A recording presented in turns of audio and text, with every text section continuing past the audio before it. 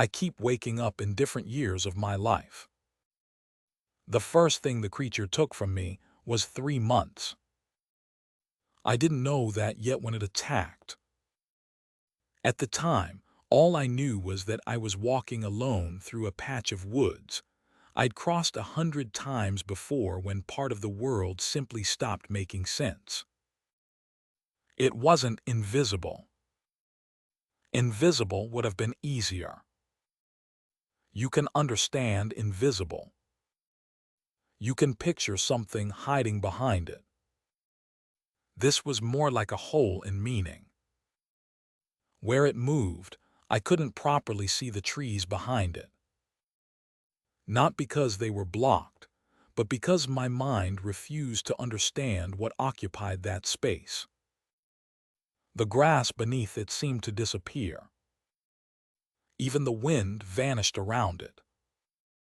It came toward me fast, and when it jumped, there was no rush of air.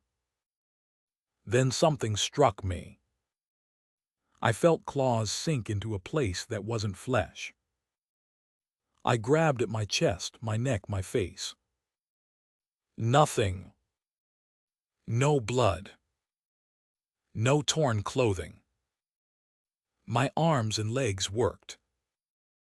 I could breathe. But I knew I'd been hurt. I ran home. By the time I reached my front door, I was exhausted in a way I couldn't explain. Not physically, exactly. I felt reduced. Like someone had turned down the brightness inside my head. Coffee fixed it. That sounds ridiculous considering what came later, but at first caffeine was enough. A big cup cleared the fog, sharpened my thoughts, made me feel like myself again. And then I met Mar. Her full name was Marjorie, but almost nobody called her that. We started talking on the phone before our first real date, and I fell for her embarrassingly fast. She was funny without trying to be funny, patient when I rambled, and somehow made ordinary conversations feel important. For 1 week, I was happier than I'd been in years. That was when the little changes began. A neighbor's car had always been dark blue. One morning it was black. A coworker I knew as Fred was suddenly named Dan. I tested that one carefully. I asked another coworker, casual as I could, how long Dan had been with us. He looked at me strangely. 5 years. You know that. I laughed and blamed lack of sleep. Then one morning I was standing in my bathroom, half awake, urinating when the room disappeared. No flash. No dizziness. 1 second I was facing my own toilet. The next I was standing on a city sidewalk with my pajama pants around my knees. I was still peeing. There were maybe a dozen people at a bus stop 20 feet away. A woman screamed. A man shouted something. I yanked my pants up and ran. I had no phone. No wallet. No shoes.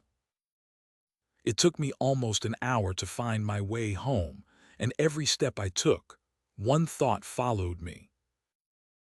The thing in the woods had not left. That evening, Mar unlocked my front door. I was sitting at the kitchen table when I heard the key turn.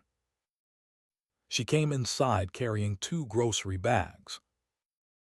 I stared at her. Where did you get a key? She laughed like I was teasing her. Then she saw my face. Are you okay?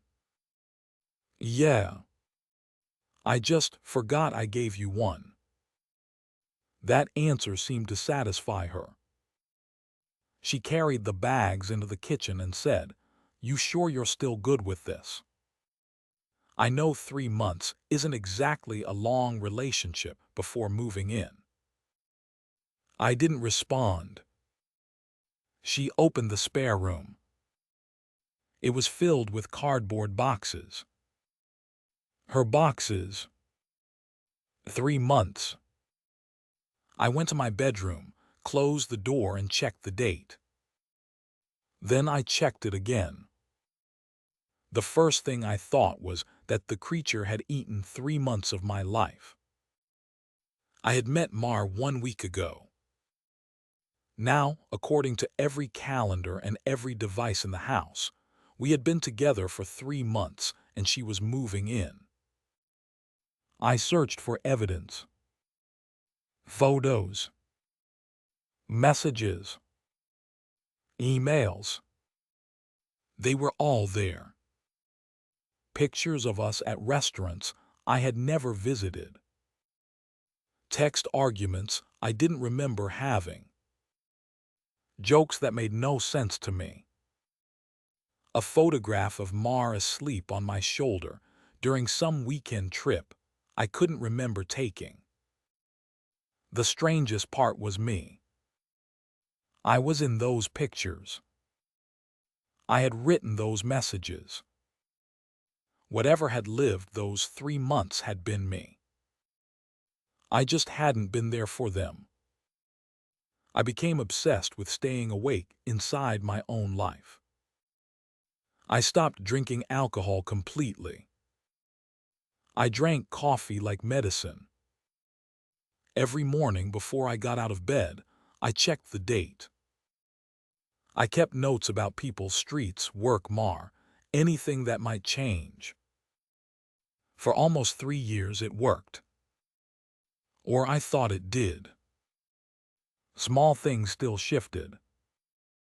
Someone had 2 kids instead of 1. A store moved to the other side of town. A street I used every week curved differently than I remembered. My favorite show aired on Thursday instead of Tuesday. Each change felt like a scratch from something I couldn't see. But I stayed present. Then I made one mistake. I got absorbed in a television show. It was the season finale. I'd spent months following it, and for once I stopped checking myself. I stopped watching the clock. I stopped thinking about the thing in the woods. A small hand touched my arm. "Daddy." I looked down. A little boy stood beside my chair. He was maybe 2. I stared at him. "Who are you?" He giggled. "Silly Daddy." I knew before I asked another question. I knew from the way he leaned against my knee. From how comfortable he was touching me. From the family photos on the wall that had not been there a moment earlier. He was my son. I had lost years. Mar and I were married. We had a child. And I had missed all of it. I sat with that little boy on my lap while snow fell outside the window. I remember the snow because it was the only thing that didn't frighten me. The flakes came down slowly, each one taking its own path. I watched them long enough that my thoughts stopped tearing at each other. What kind of life was I living if I could lose years because I paid too much attention to a television show? I tried to get help. I went to a church first because I had seen enough impossible things to stop worrying about sounding foolish. The priest told me to see a doctor. The doctors ran scans, blood work, neurological tests, sleep studies. Nothing. Eventually, I decided I had to tell Mar. Whatever happened during the missing time, I still functioned. I still worked. I still loved her. I still raised our son. But what was I like when my awareness was somewhere else?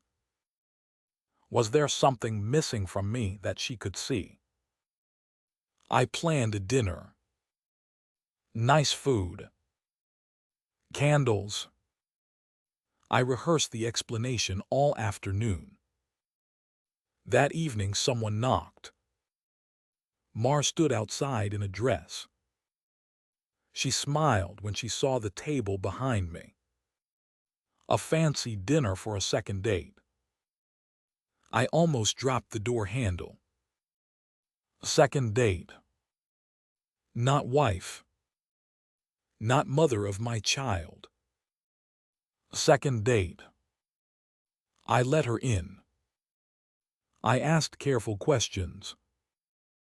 Within 20 minutes, I understood. I had not lost those years. Not exactly. The creature had shattered the order in which I experienced them. My life was still happening. I was just living it out of sequence. That realization should have terrified me. Instead, I felt hope. I had missed my son's first 2 years from one point of view, but maybe someday I would be there for them from another. Maybe nothing had been erased. Maybe every moment was still waiting for me somewhere. For a while, I learned to live that way. When I shifted, I stayed quiet. I listened before I spoke. I checked the room, the date, my own body. Was I young? Old? Married? At work? At home? Once I woke in a body decades older than mine and met a 6-year-old boy who called me Grandpa. He told me he wanted to be a writer. I told him that sounded like a good life.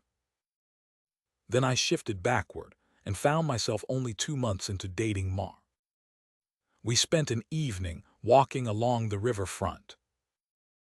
I already knew what she would mean to me, even though she didn't. That night I asked her to move in.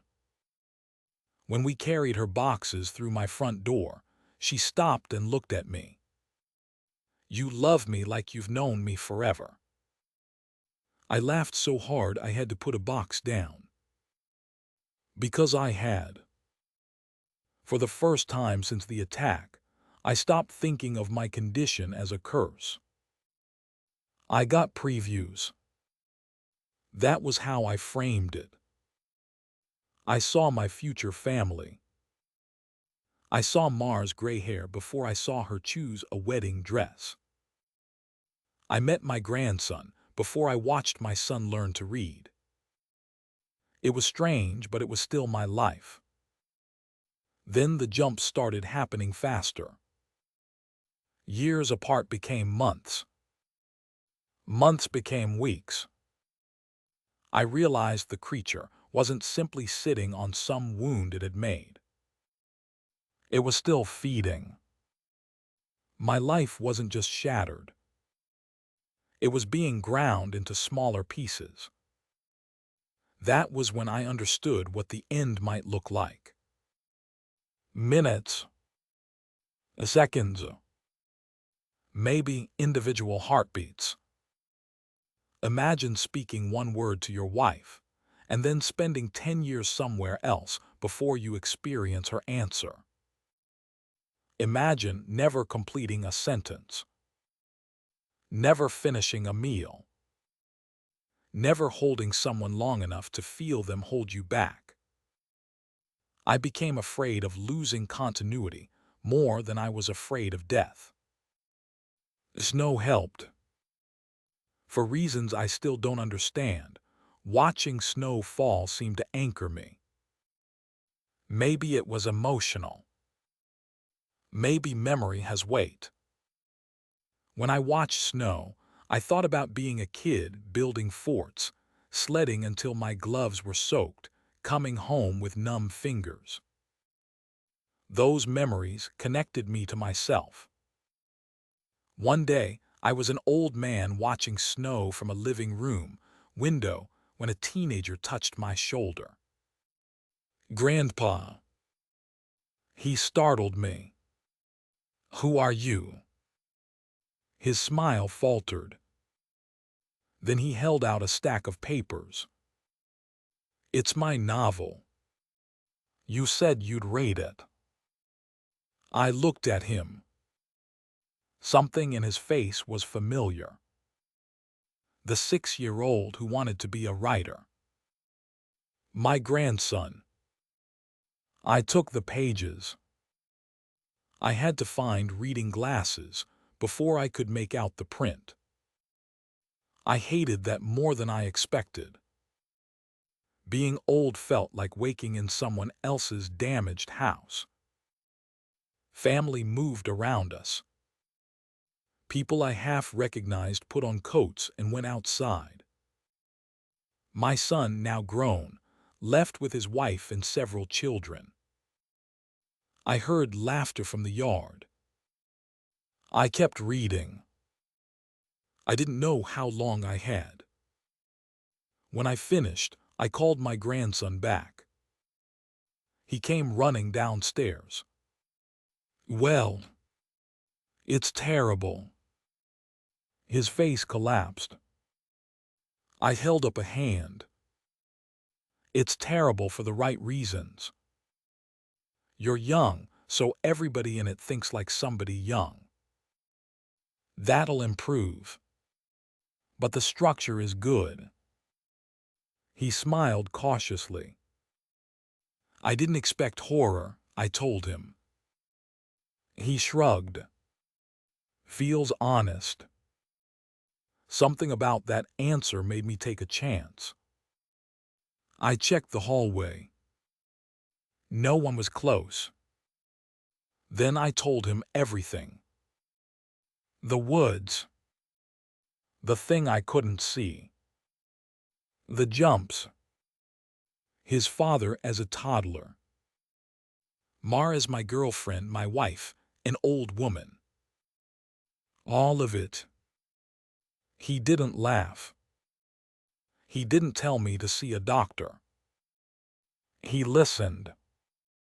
When I finished, he said, "You need data." I blinked. "What?" "Write down every jump. Where you are. What year you think it is. Your age. What just happened.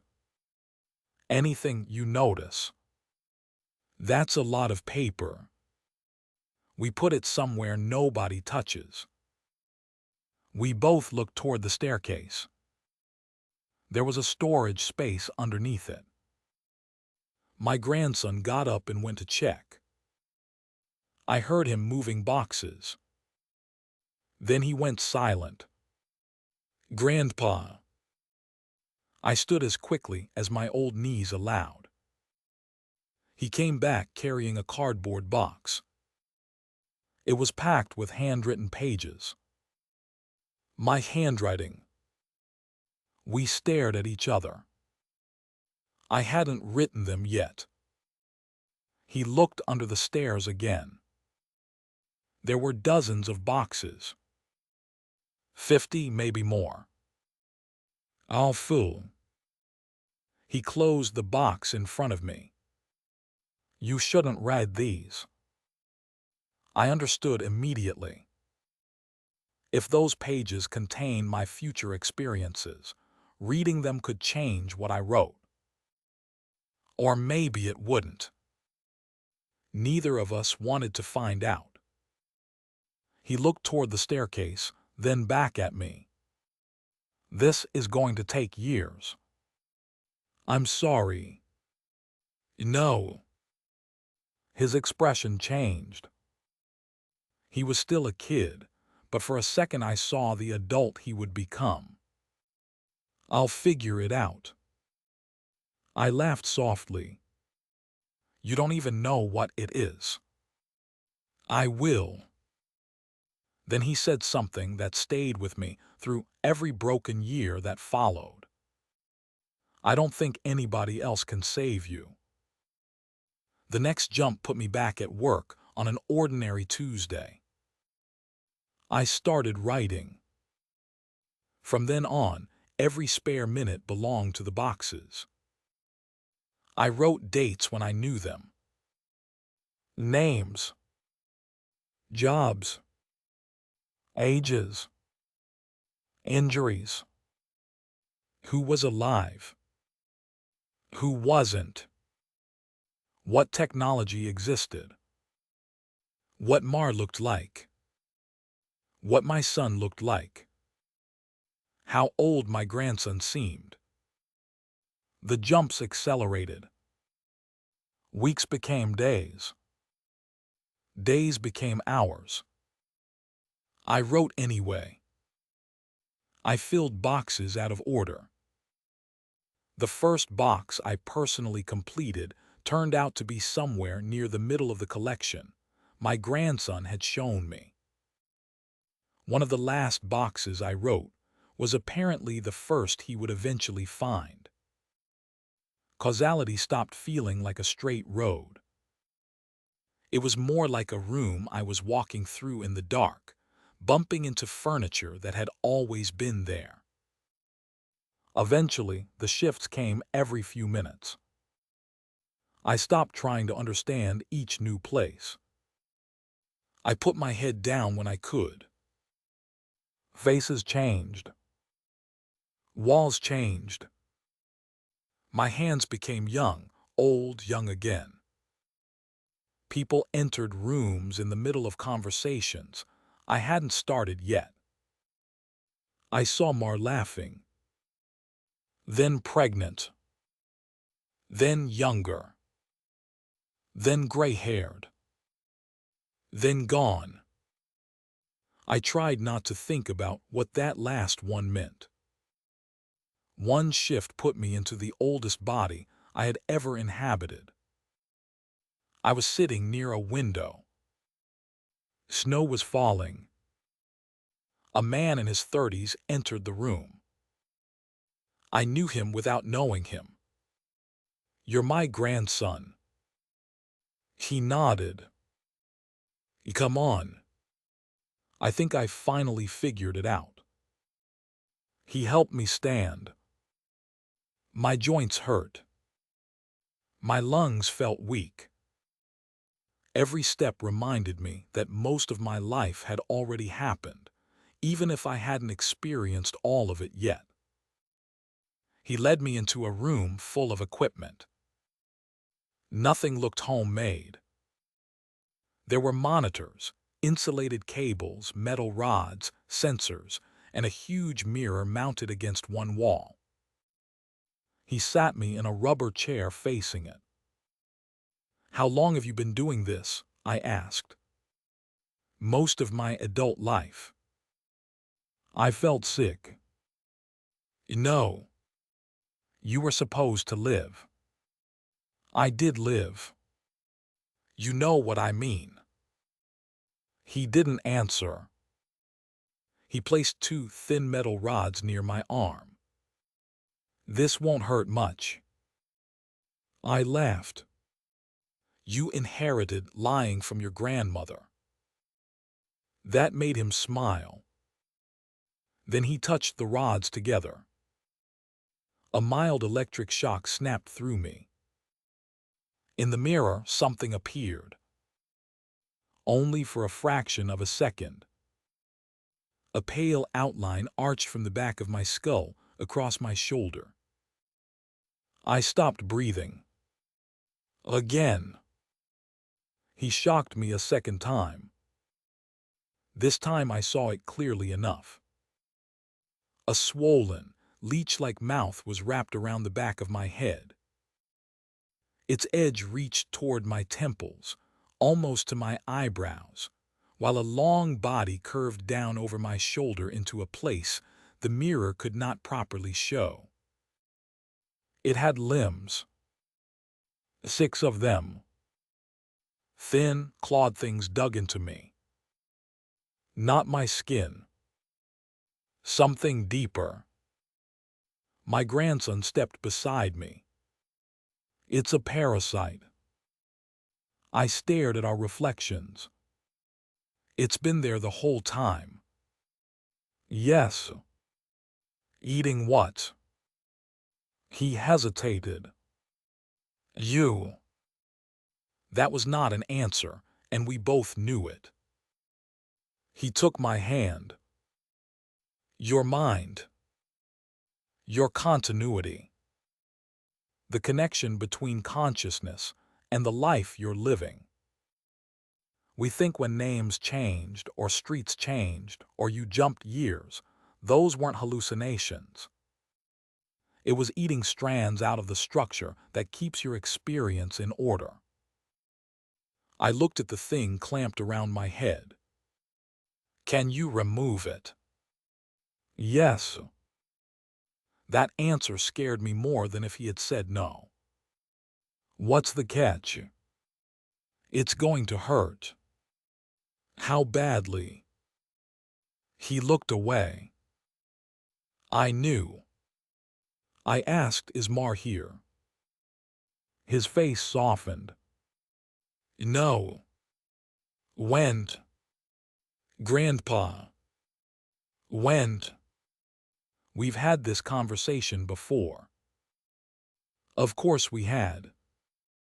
For him, maybe many times. For you, knowing never helps. I looked at the snow through the doorway behind us. I didn't need the details. The shape of his silence was enough. She's dead. He nodded. I closed my eyes. A moment earlier, from my perspective, I had been with her. Not this old version. A younger Mar. Laughing in our kitchen. Then I had shifted here, and now she was gone. I don't want to stay in a year without her. You might die during this. I don't care. He began attaching electrodes to my arms, chest, forehead. He placed a ring of sensors around my head, exactly where the parasite's mouth had appeared in the mirror. While he worked, he tried to explain what decades of research had taught him. The creature did not fully exist in our physical world. People studying occult phenomena had names for its kind, names that sounded less like language than corrupted noise.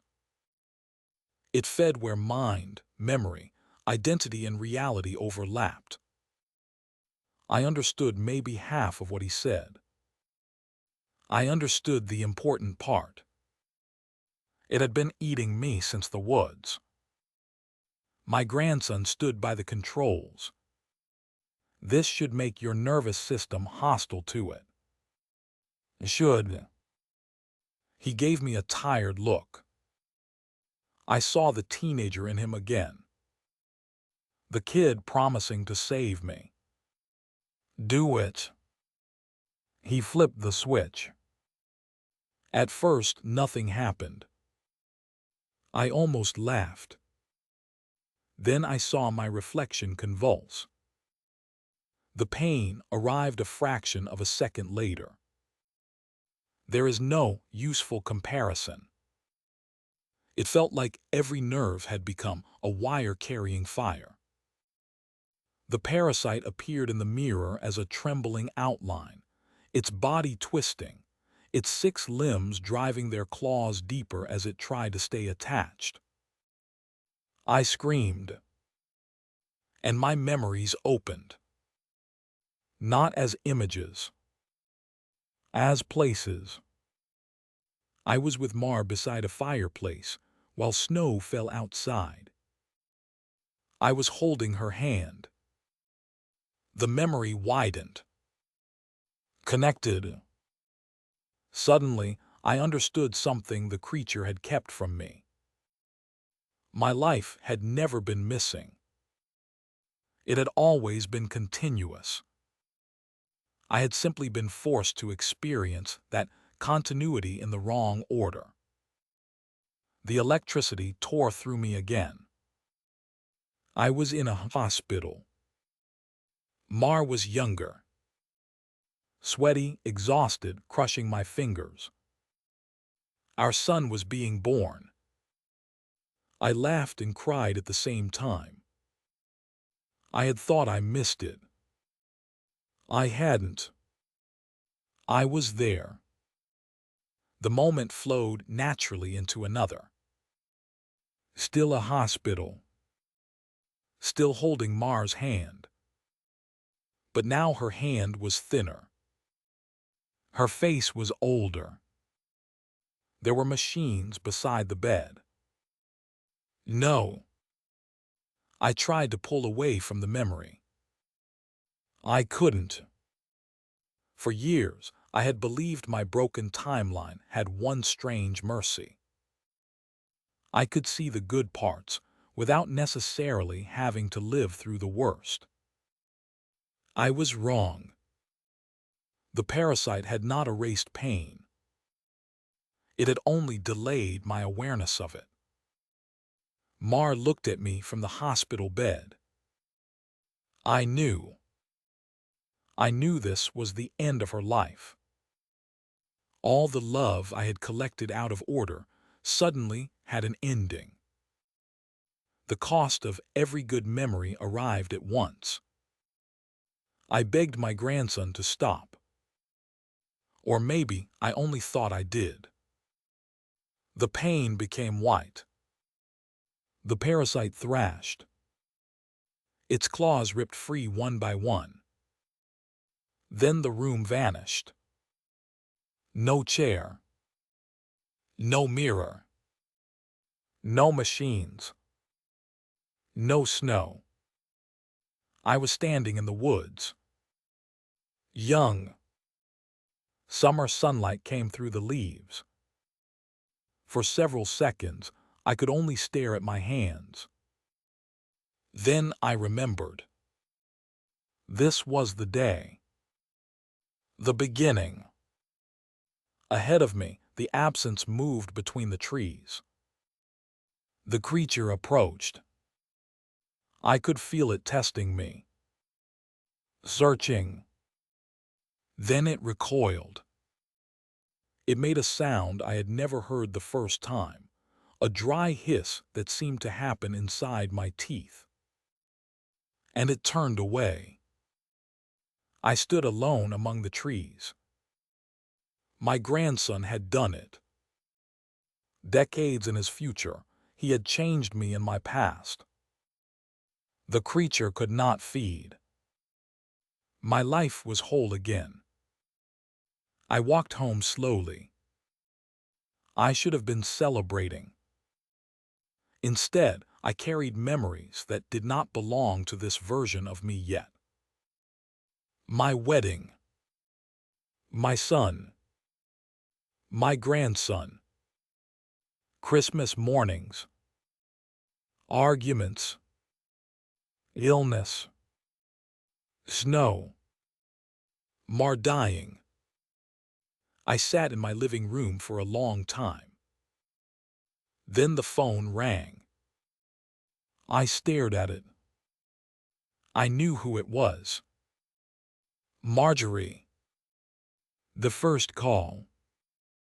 Years later, she would admit she had invented some pointless excuse just to hear my voice. The phone rang again. I could leave it unanswered. That thought came quietly. No Mar meant no wedding. No son. No grandson. No hospital bed. No final goodbye. No pain. I knew exactly what loving her would eventually cost. For the first time in my life, I had the chance to avoid the worst day before it ever happened. The phone kept ringing. Outside, the summer trees moved in the wind. And all I could think about was snow. Mar laughing beside a fire. My little boy calling me daddy. A 6-year-old saying he wanted to be a writer. A teenager promising he would save me. An exhausted man spending decades keeping that promise. Mar's hand in mine at the beginning of one life and at the end of another. The creature had taught me to fear continuity, because continuity ends in loss. My grandson had given continuity back. Not because it was painless. Because it was mine. I picked up the phone. Hello. A familiar voice, 30 years younger than the last time I had heard it, said, "Hey. It's Marjorie." I smiled. "Marjorie who?" She laughed.